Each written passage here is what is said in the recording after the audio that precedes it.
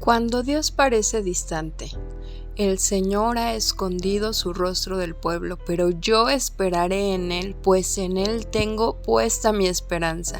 Isaías 8:17.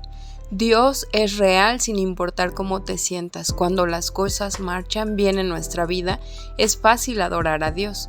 Cuando nos ha provisto alimento, amigos, familia, salud y alegría, pero las circunstancias no siempre son tan agradables.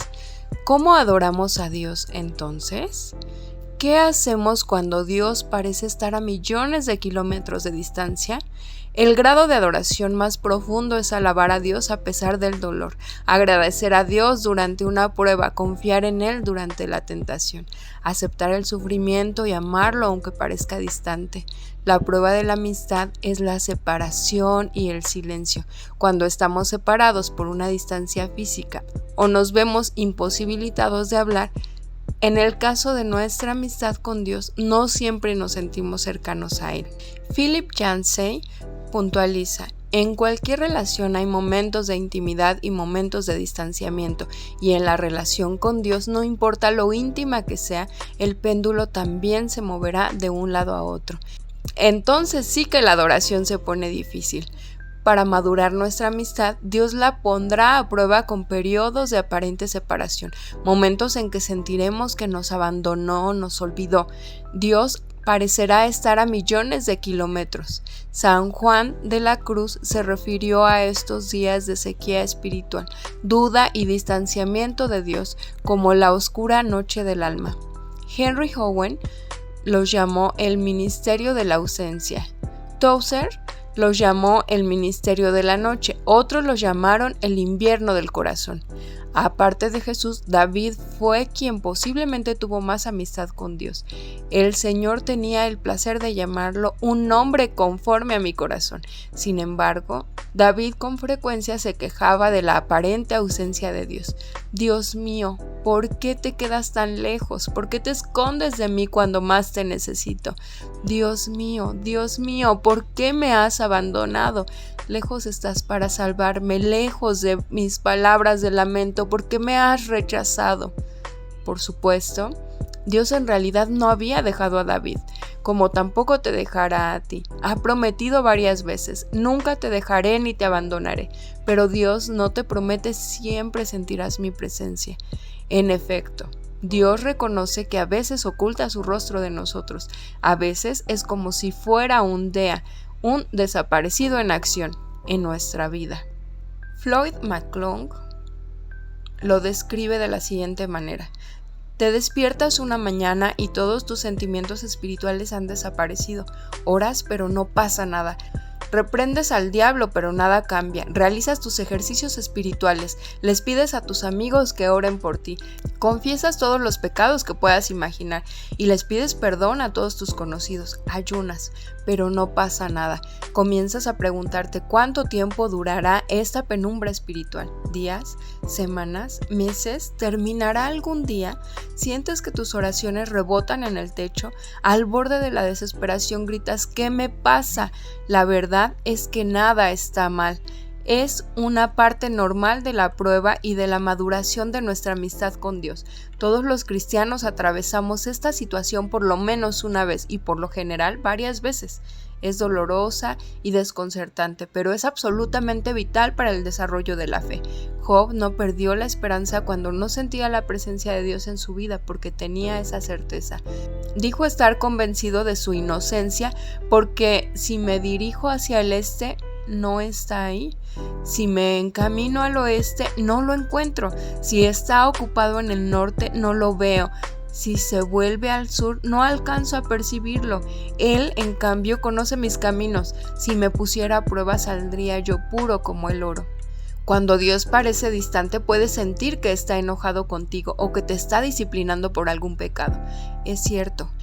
El pecado sí nos puede desvincular de la amistad íntima con Dios. Entristecemos al Espíritu de Dios y apagamos nuestra comunión con la desobediencia.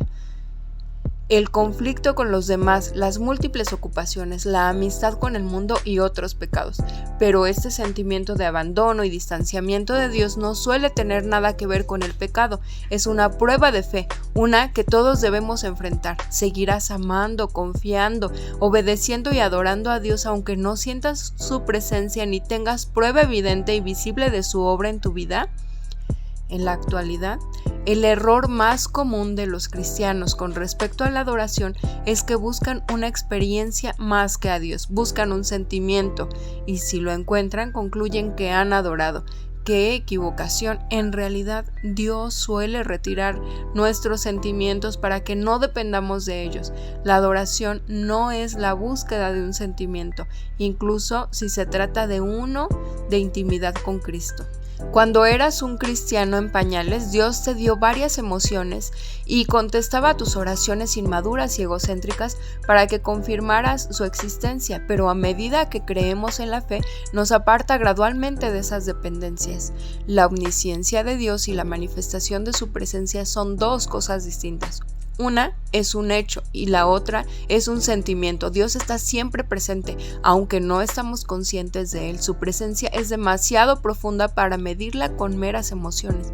Sí, Dios quiere que sientas su presencia, pero prefiere que confíes en Él aunque no lo sientas.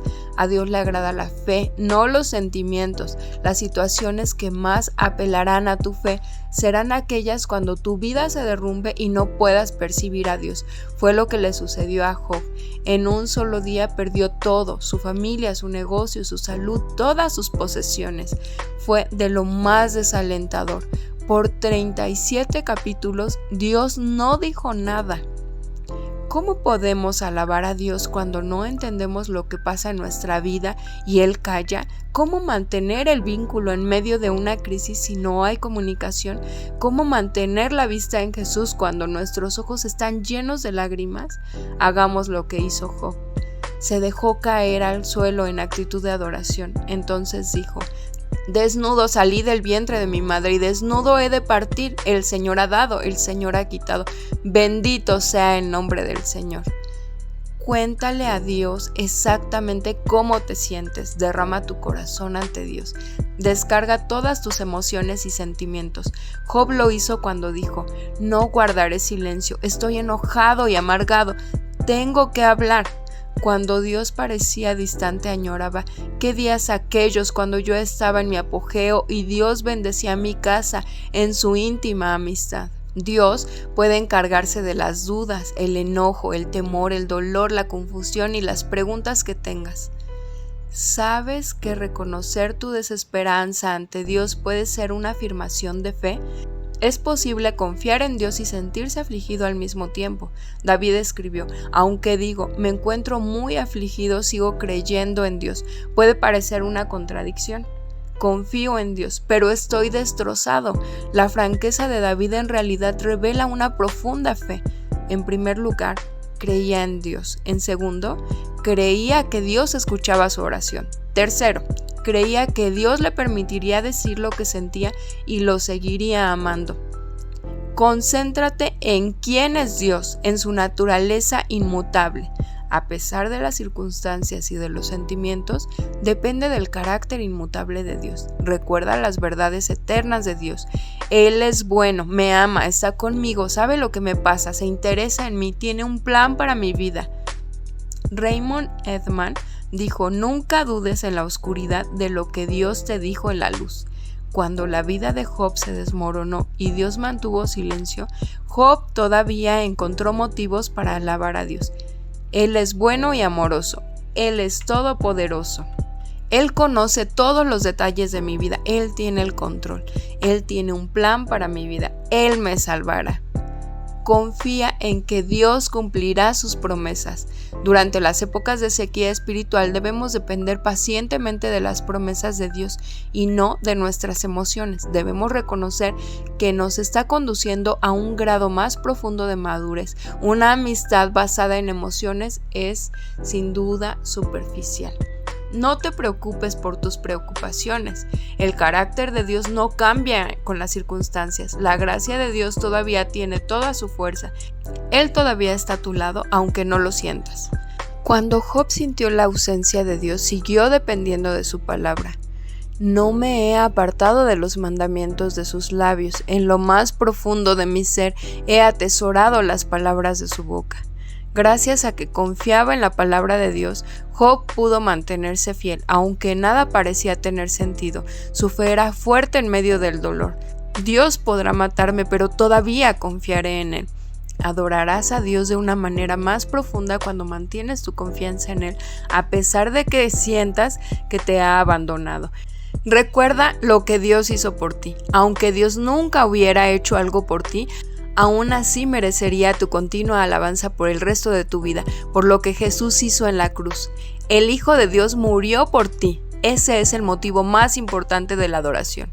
Por desgracia, olvidamos la crueldad del sacrificio y la agonía que Dios sufrió en nuestro lugar. La familiaridad genera complacencia. Incluso antes de la crucifixión, al Hijo de Dios lo desnudaron y lo golpearon hasta dejarlo irreconocible. Lo azotaron, lo insultaron y se burlaron de él. Le pusieron una corona de espinas y lo escupieron con desprecio. Hombres crueles abusaron de Jesús y lo ridiculizaron, lo trataron peor que a un animal. Después de estar casi inconsciente por las hemorragias, lo obligaron a cargar una pesada cruz por un camino ascendente, lo clavaron en una cruz y lo dejaron morir lentamente en una atroz muerte por crucifixión mientras se desangraba. Tuvo que escuchar las burlas y los insultos del gentío que se divertía viendo su dolor, desafiando su afirmación de ser Dios. Además, mientras el Señor cargaba todo el pecado y la culpa de la humanidad sobre su persona, Dios miró a otro lado y Jesús exclamó: Dios mío, ¿por qué me has desamparado? Él pudo haberse salvado a sí mismo, pero entonces no habría podido salvarte a ti. No hay palabras que puedan explicar la oscuridad de ese momento. ¿Por qué Dios permitió y toleró ese maltrato tan espantoso y malvado? ¿Por qué? Para que no tuvieras que pasar la eternidad en el infierno y para que pudieras estar en su gloria para siempre. La Biblia dice: al que no cometió pecado alguno, por nosotros Dios lo trató como pecador, para que en él recibiéramos la justicia de Dios. Jesús dio todo de sí para que tuviéramos todo, murió para que pudieras vivir para siempre. Eso por sí solo ya es suficiente para merecer tu gratitud y alabanza continua. Nunca más te preguntes qué motivos tienes para agradecer a Dios. Día 14. Pensando en mi propósito. Punto de reflexión. Dios es real, no importa cómo me sienta. Versículo para recordar. Porque Dios ha dicho: nunca te dejaré, jamás te abandonaré. Hebreos 13:5. Pregunta para considerar: ¿cómo puedo no perder de vista la presencia de Dios, especialmente cuando lo sienta distante? Confiemos en el Señor. Esperemos en Él independientemente de nuestras dificultades. Aferrémonos a su presencia y adorémosle de corazón. Dios te bendiga.